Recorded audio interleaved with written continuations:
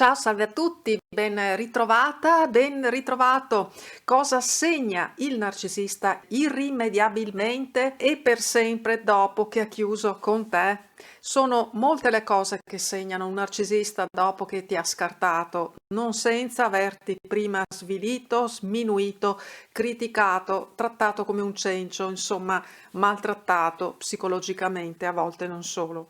Anche se per un narcisista è normale, non si fa scrupolo di questo. Lo fa senza farsi veramente problemi di trattarti nel peggiore dei modi. Ti scarta e chiude con te in amore con una leggerezza disarmante. E mi riferisco non solo a un uomo narcisista, ma anche a una donna narcisista che non si comporta molto diversamente, perché solitamente non è di meno di un uomo narcisista. Magari non ci mette la violenza fisica perché quella non le conviene, ma a volte ci mette anche quella in realtà.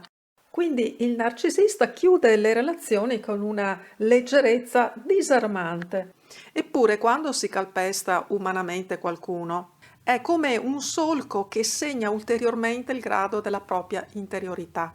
Quante donne un narcisista ha scartato in amore prima di te e quanti uomini la donna narcisista ha scartato prima di te. Questo il narcisista la chiama molte volte evoluzione. Ma si tratta veramente di evoluzione? O non è l'ennesimo mattone che segna il crollo, il fallimento della sua dimensione interiore, della dimensione interiore del narcisista? Certamente le conoscenze che si fanno in una vita possono essere tante, tantissime, e conoscenze che in certi casi avrebbero anche potuto trasformarsi in amicizia, ma per vari motivi non lo sono diventate. Nonostante questo non avete né scartato né chiuso nulla, ma semmai congelato una situazione che avrebbe potuto svilupparsi, ma che potrebbe sempre tornare in futuro a maturare, a ricrearsi. Certe conoscenze o anche amicizie lontane possono sempre rinfocolarsi, si può sempre incontrare nuovamente qualcuno e cominciare un rapporto di qualche genere.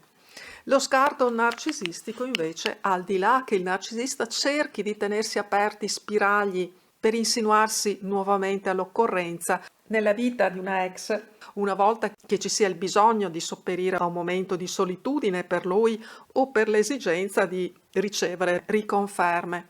Al di là e nonostante queste esigenze narcisistiche, un narcisista, una volta avviato lo scarto, a differenza di una persona non narcisista, non rivaluterà una ex o un ex.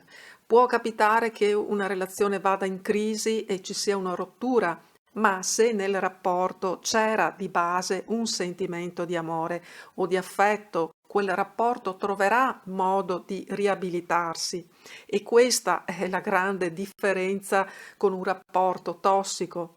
Ma in tal caso la chiusura non comporta uno scarto, ma semplicemente una rottura pura e semplice dovuta solitamente a conflitti di varia natura o incomprensioni comunque sanabili.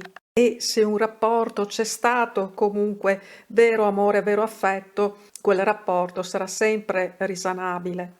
Quando si scarta qualcuno, questo comporta comunque una frattura interna, perché nel gettare una persona, se si è avuto un rapporto con questa, si getta anche qualcosa di sé, si getta quel qualcosa che prima ha accolto quella cosa, quella persona. Motivo per cui è bene non scartare nulla, ma cercare di seguire la legge di Lavoisier e trasformare o semplicemente lasciare andare. Concentriamoci sull'accogliere, non sullo scartare. Il narcisista si concentra invece sulla conquista, e la conquista narcisistica comporta poi lo scarto, perché si tratta di una conquista basata sul possesso e non sempre il possesso lascia molto spazio quando non ricorre al cuore. Spazio per una vera crescita, per una vera evoluzione. E se non c'è evoluzione in un rapporto, come si può pensare che si sia in grado poi di far evolvere, far crescere un altro rapporto? Forse bisognerebbe perlomeno capire quello che è successo prima in quell'altro rapporto. E poi quello che segna profondamente un narcisista, e a proposito di evoluzione, non lo porta a nessun genere di evoluzione, è di non essere in grado di riconoscere o non volere riconoscere i propri errori. Non riconoscere i propri errori non porta a crescere, così come viceversa essere in grado di riconoscere i propri errori corrisponde a crescere interiormente, spiritualmente e intellettivamente. Non sapere riconoscere i propri errori è una delle cose che più segnano un narcisista manipolatore, patologico, covert o dovert o maligno, perverso o meno che egli sia, perché lo mantiene nel fondo della sua peggiore essenza. E cosa c'è poi di più defatigante, di più demoralizzante e che ti fa cadere le braccia di sperimentare come un partner non voglia o non sia in grado di riconoscere i propri torti? Ti è capitato? Specie se tu sei pronta, più che disposta o disposto a riconoscere i tuoi.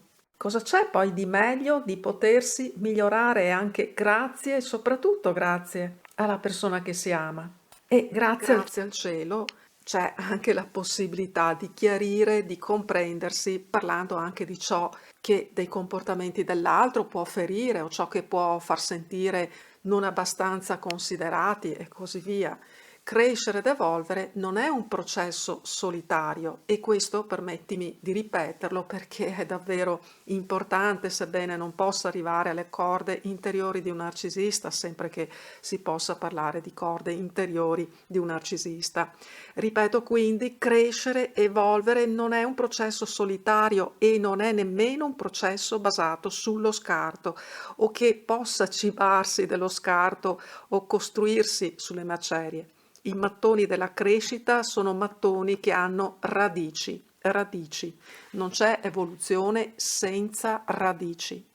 Io ti abbraccio forte, sono sempre felicissima di leggerti, di sapere che sei tra noi, di sapere come stai, e è da un po' che non lo dico, forza avanti tutta. Ti abbraccio forte, ci sentiamo presto. Ciao, ciao, ciao.